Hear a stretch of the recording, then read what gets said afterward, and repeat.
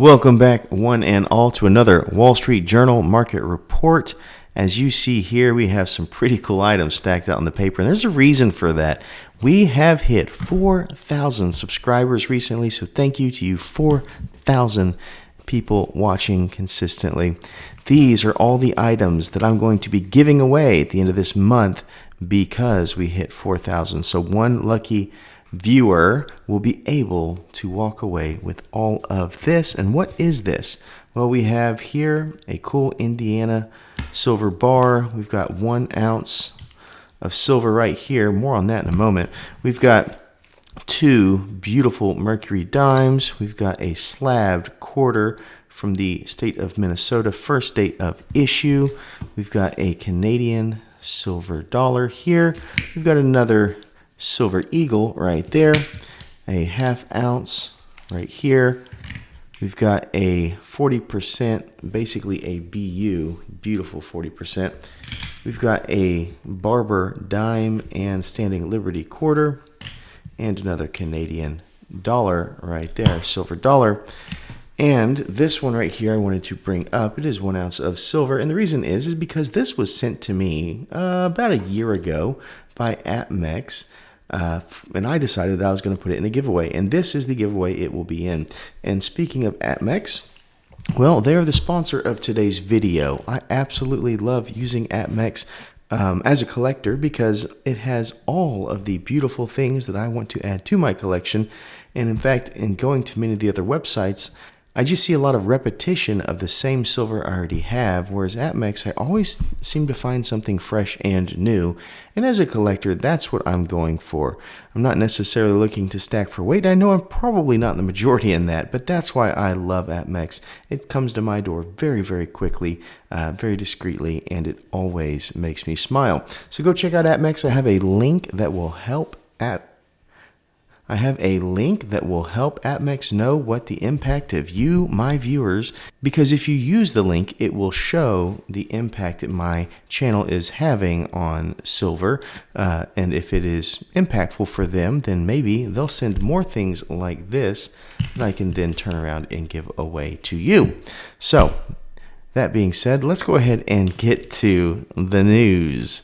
So here we have our Wall Street Journal. As you know, probably yesterday, President Trump signed the first major legislation in the world of Bitcoin. That's right. I've always said whenever the politicians are done making money, then the legislation will fly on Bitcoin so that it's harder for everybody else. So I don't know what the legislation looks like, but that's just my guess, speculating on top of that. We also know, I did a video over the article, not that this is anytime soon and not that this is going to be dramatic in any way, shape, or form, but we did have a really, really cool video we posted on quantum dot technology in solar panels and how some companies have already figured out a way how to basically keep silver out of the loop when it comes to panels. Now, the batteries are a different story, but the physics within the quantum dot technology has gone night and day, apparently over the past year, and now they have working panels that do that and are starting to be produced. So I don't have any idea exactly the scalability, but that was just interesting and something that apparently a lot of y'all liked because it's already at 15,000 views, which is great, right? So that being said, here is our market report. As always, I've tried to highlight so that you can see better. We'll start here, the Dow Jones Industrial, my favorite place to start. As you can see here, we're sitting at 44,342, which is not quite an all-time high, but it's really not far off. We're at 45.14 for an all-time high. It had a very small dip, 1/3%, and you can see that as we ride out here on our little roller coaster, each one of these being a day's worth of trading. So all of that interesting. We then go to the S&P next, 6296, down about 0.5% right there. And there we are, 6297 being the all-time high. That's 1 point away. So if it's a decent week, we'll probably see another all-time high here in the S&P 500. I'm not sure about the Dow. It's got a little bit more movement to make before it's an all-time high, but the S&P I could see there. The NASDAQ, however, 20,895, and what do you know? 20,895, all-time high for the close for the week, and our little ziggy-zaggy tells us that that is the case. So what about the international stocks? Well, a couple of these highlighted here. Some of these not having the best of times, as we saw the U.S. market pretty flat this week compared to last week, which is not a bad place because they're at all-time highs. We have Canada just barely down there, but Brazil strongly down, almost 2%. We do know that there are some moves with tariffs in Brazil especially that probably led to that market reaction. All of the Americas basically down in the market. When we go to the European area, the one that really sits out here, and so this is Europe and I believe Africa, South Africa here. Look at that, 1.37% up.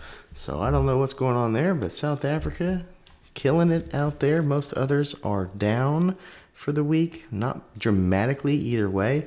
We go to the Asia Pacific. As you can see, I've got Australia, Hong Kong, and Taiwan all highlighted because they are over 1% in the gain, whereas most of the others are just within 1% of one side or the other side. So very interesting things happening abroad. Well, what about in our silver and gold? Well, silver right now, as you probably know, closed the week in the mid 38s. I have it as $38.43 as of right now, which is a bit of a drop from the start of the week. We dropped about 0.75%, so 3/4 of a percentile. That's 30 cents-ish down from where we were. So what about the US dollar? Well, the US dollar was actually above 0% this week, which I know, shocker, shocks me too. And as we know, silver was down. So yes, the dollar beat silver this week. I know, it's weird. How about the Dow Jones and S&P? Well, as you can see right here, silver still on the bottom side of things. The S&P being above 0% as we saw, but the Dow Jones falling just a hair. So silver is on bottom this week. Everything beats silver with the exception of maybe gold. Let's take a look at gold. All right, gold down 0.5 of a percentile. So I guess silver is the beetle bum for this week. When we look at the US dollar, once again, the US dollar rose and gold did not. Now, gold did take a little bit back from its dip down on the 15th, but nothing substantial. How about against the markets? Dow Jones, S&P, well, we see a little bit of a mix there. Gold happened to do better than the Dow Jones. Great for them. And then the S&P won the day, being at almost 1%. So that being said, that's what we have. Hopefully you are loving these videos, the market reports, but that is what we have for you. So until next time, please remember to stay classy and current with the culture of currency.